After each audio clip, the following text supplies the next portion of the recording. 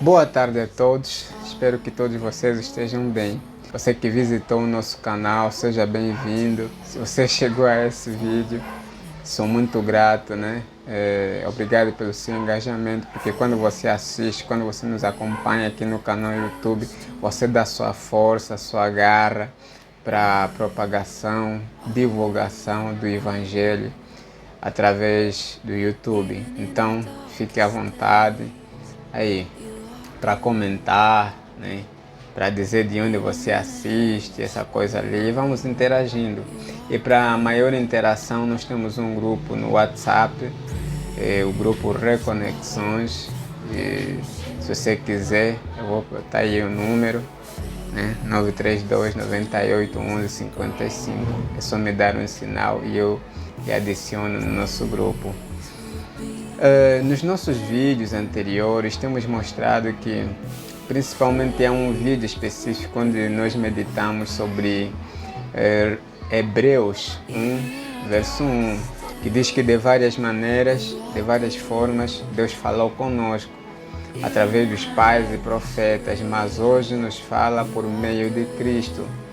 E temos reforçado de que Jesus é a expressão exata da imagem de Deus.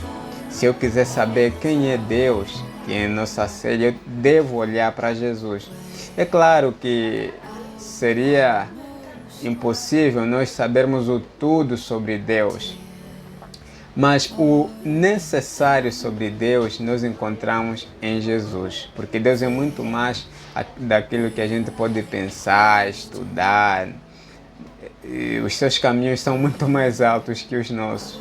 Deus é inescrutável. Não adianta você fazer um curso de teologia e bater no peito e dizer: uau, agora conheço quem é Deus. Não, geralmente a gente conhece Deus de ouvir falar, né?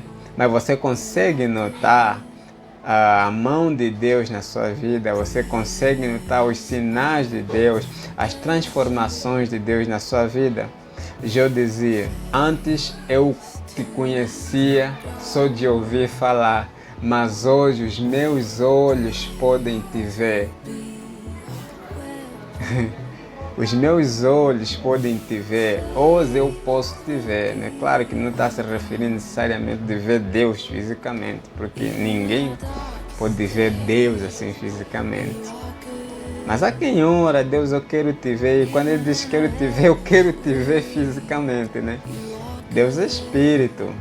E a gente vê Deus através do próximo, através das pessoas que a gente vê, através da nossa própria vida, através do modo como Ele transforma a nossa vida. Então essa é a nossa busca. Quando a gente diz que queremos conhecer a Deus, isso é, queremos deixar Deus se manifestar através da nossa vida. E termos a sensibilidade de reconhecer Deus no modo como tratamos outras pessoas. Não temos como agradar a Deus sem agradar o próximo. Não tem como fazermos algum bem a nós mesmos e a Deus sem fazermos o bem, sem tratarmos com dignidade as pessoas que estão ao nosso redor. Isso é que é crescimento espiritual. E hoje, nesse espírito, nessa busca de conhecer mais a Deus, eu tenho comigo Mateus capítulo 1, verso 1 a 17, que fala sobre a genealogia de Jesus. Desde o Velho Testamento a gente ouve muitas promessas sobre a vinda do Filho do Homem, aquele que é o Redentor de Israel, o Salvador do mundo. Isaías fala a respeito dele: um filho se vos dará, e o seu nome será Maravilhoso Conselheiro, Deus Forte, Príncipe da Paz. E Mateus apresenta esse livro de Mateus. Mateus ele apresenta Jesus como o rei dos judeus, o filho de Abraão. Ele escreve para os judeus. E então ele apresenta essa genealogia, né? Então, quando a gente ouve essa promessa do Filho do Homem, ou aquele que há de redimir toda a humanidade dos seus pecados, a gente fica com uma expectativa de que família ele vai nascer. Qual será a genealogia dele? Você mesmo que está me vendo, está me assistindo nesse momento, você diz assim, olha, vai nascer um filho de Deus, o modelo perfeito de como é um filho de Deus. O Emanuel, o nosso sumo sacerdote, né? Aquele que é o Emanuel, o Deus conosco. Você poderia pensar, possivelmente, bom, ele deve nascer numa família de prestígio. Ele é rei dos judeus, então não deve nascer em qualquer lugar. Ele é santíssimo, então não pode... Não é qualquer família que ele tem que vir, né? Tem que vir numa família que moralmente, eticamente é bem sucedido, né? Deve haver um máximo de pureza, tanto é que a gente associa isso à virgindade de Maria, né? Então deve nascer numa mulher virgem para todo mundo ver o tamanho da purificação. Será isso? Isso é ênfase? Talvez se fosse isso, Jesus nem nasceria, nem dentro da genealogia de Jesus deveríamos ver esse tipo de gente que é aqui, né? Mas a genealogia de Jesus nos mostra, nos dá uma ideia de como é a simplicidade de Deus, simplicidade do Pai em lidar com a humanidade, tá bom? Nós não vamos ler, você pode ler aí em casa, mas vamos destacar aqui alguns homens, algumas mulheres que fazem parte da genealogia de Jesus. Temos Tamar, que se deitou com seu sogro, né? Rabi, que era a prostituta de Jericó, você se lembra? Quando Josué enviou espias para ver como é que é a terra de Jericó, né? Para poder tomar posse dessa terra. Então eles se depararam com Rabi, que é a prostituta que eles guardou para que voltassem em segurança. Temos, por exemplo, Ruth, que era moabita, não fazia parte da família hebraica lá. Temos também Davi, né, que adulterou com Batseba, mulher de Urias, e por causa disso Davi matou Urias, né? Enviou-lhe numa batalha para que ele não voltasse com vida, e assim adulterou com a esposa de Urias, que é Batseba, e gerou Salomão. Salomão, que escreveu Cantares de Salomão, o livro de Cantares, Eclesiastes, Provérbios de Salomão, né? Abraão, Isaac e Jacó tinham um historial de fracasso na área da mentira, né? Por medo. Temos Roboão, um rei mau e bruto. Rei Acaz, que foi capaz de matar, queimar seus próprios filhos, né? Maltratou seu próprio povo. Foi capaz de cerrar ao meio o profeta Isaías. Então, um homem muito cruel.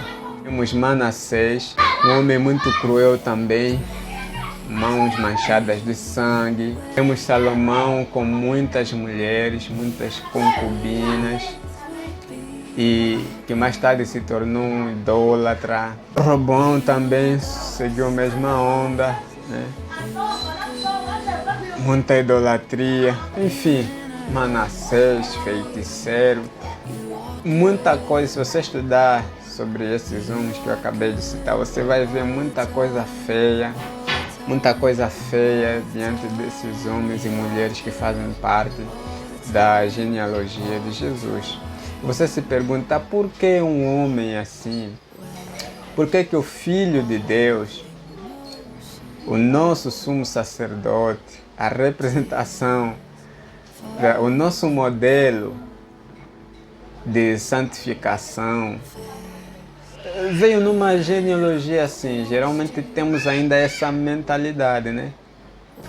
Então você se pergunta por que Deus é capaz de enviar seu filho e nascer numa genealogia assim?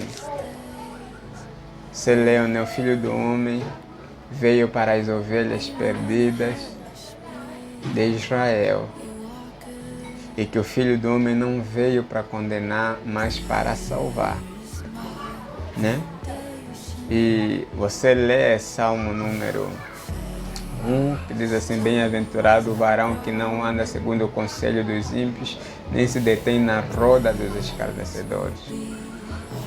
E Jesus mesmo, enquanto em vida, foi acusado de comilão, beberrão, amigo de pecadores, foi acusado de imundo, né, por andar e comer com pecadores, beber vinho, tocar aos mortos e aos leprosos. E você sabe, os leprosos são a representação do pecado e da imundície. Então, todo homem que tocasse a um leproso tinha que fazer os rituais de purificação, mas Jesus é o único que toca a um pecador, a um enfermo e sai ileso, que toca no imundo e não sai contaminado. Então isso nos mostra como, assim como ele é capaz de viver entre os pecadores, mas não perder sua essência, assim ele nos chama para viver do mesmo modo. Não nos separarmos do mundo. Ele disse: não peço que os tires do mundo, mas os livre de todo o mal.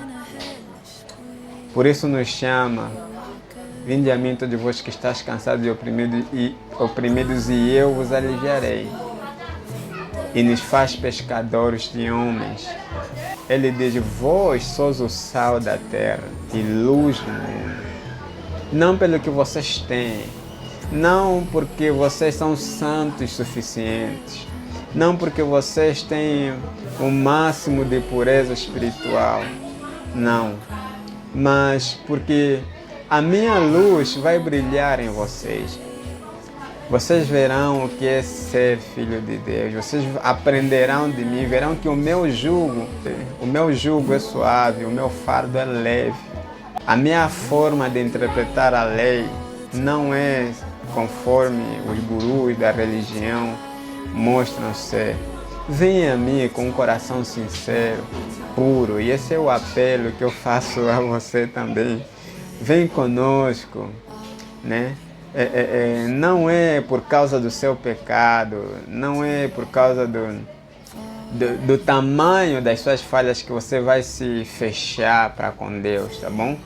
Que foi exatamente por causa das nossas fraquezas, nossos pecados, que o Filho do Homem veio para nos salvar, veio para nos redimir. Então você pode perguntar: mas como é que o Filho do Homem veio numa genealogia assim, cheio de homens cruéis, violentos, pecadores, sem pudor sexual, enfim, por quê? Por que o Filho do Homem não viria numa genealogia minimamente aceitável na nossa mente, na nossa sensibilidade? Por quê? Primeiro, porque Deus não nos trata segundo o nosso mérito ou demérito. Isso é nosso merecimento ou desmerecimento. Você pode dizer: não, eu fui bem tratado hoje porque eu tenho sido bom, Deus me tratou bem porque me aconteceu isso, porque Deus permitiu, porque eu não presto, porque não sirva a Deus com essa lógica, porque Deus não nos trata segundo a nossa pureza, porque em nós mesmos nada podemos senão por Ele. Então tudo é graça. Tudo é misericórdia de Deus. Segundo, porque o Filho de Deus se identificou conosco, com todos nós seres pecadores. Por isso ele foi morto, mas ao terceiro dia ele ressuscitou para a glória de Deus. Colocou-se no nosso lugar. Ele morreu a nossa morte e ressuscitou para que tenhamos vida nele.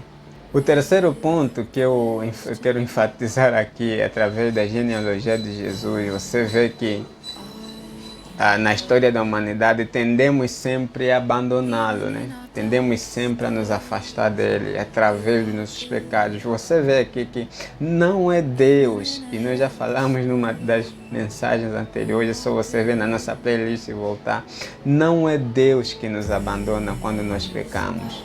Não é Deus que nos abandona quando nos entregamos deliberadamente ao pecado, de forma consciente.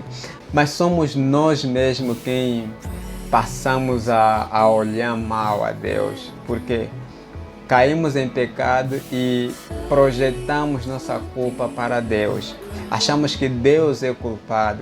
Perdemos a sensibilidade. Nós é que perdemos a sensibilidade da sua graça, sua misericórdia, sua bondade. Nós é que começamos a ter a má sensação daquilo que Deus não é.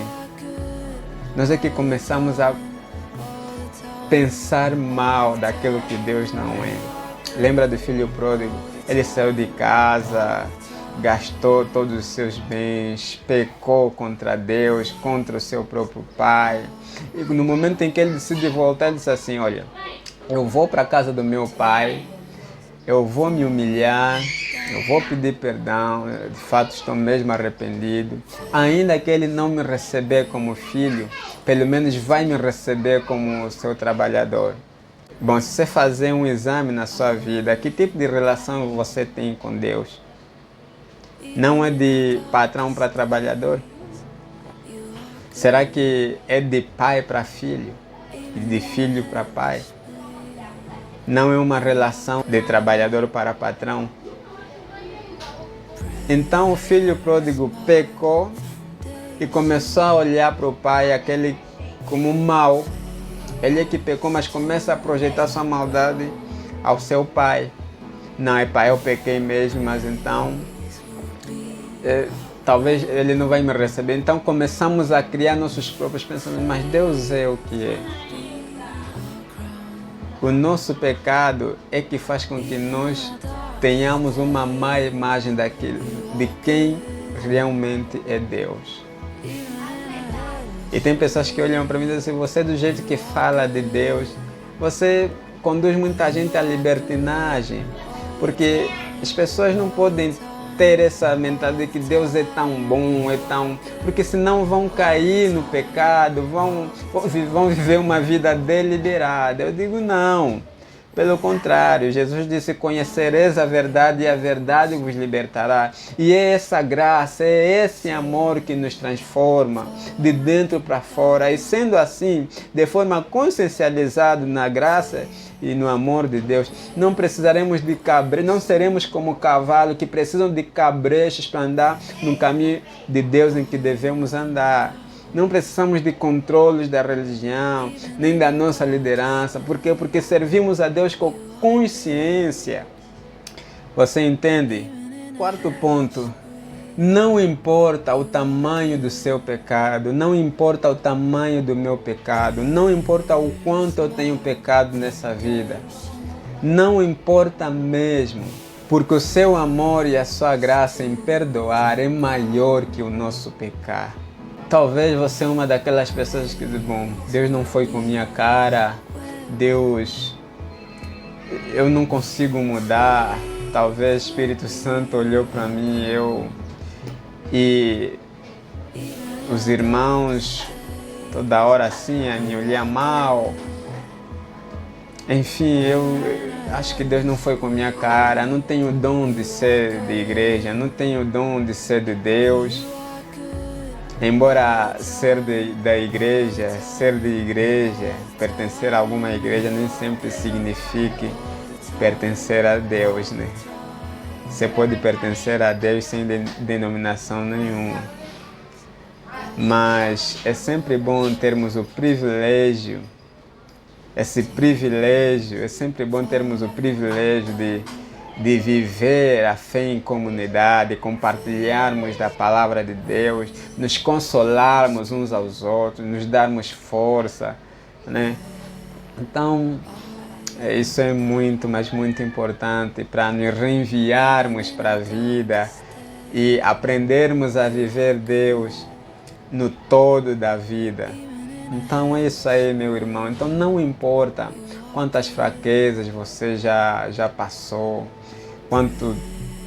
quantas atrocidades, quanta bruxaria, quantas pessoas você já matou, quantas vezes você já foi preso, quantas confusões você já criou na sua vizinhança.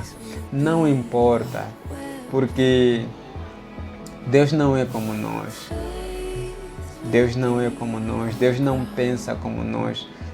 Nós é que temos muita facilidade em nos condenar, em nos julgar, não sabemos quais são os fatores que nos levam a praticar a agir de certa maneira, mas Deus sabe, Deus conhece, Deus entende a nossa dor, entende a nossa dificuldade, por isso Ele vem até nós para nos mostrar quem realmente Ele é e o que Ele deseja para conosco. Ele deseja nosso bem, Ele quer mudar a nossa vida. E meu convite, minha oração é que Ele nos transforme cada vez mais, nos ajude, nos constranja cada vez mais com seu amor, com sua misericórdia, se revele cada vez mais a nós, fale conosco, abra a nossa sensibilidade para termos a certeza de que em Cristo Jesus somos todos filhos amados de Deus. Isso não depende de nossos pecados, mas da sua graça e da sua misericórdia. Deus nos abençoe. E Deus lamenta, né? Bom, não é isso que eu quis dizer, mas é assim,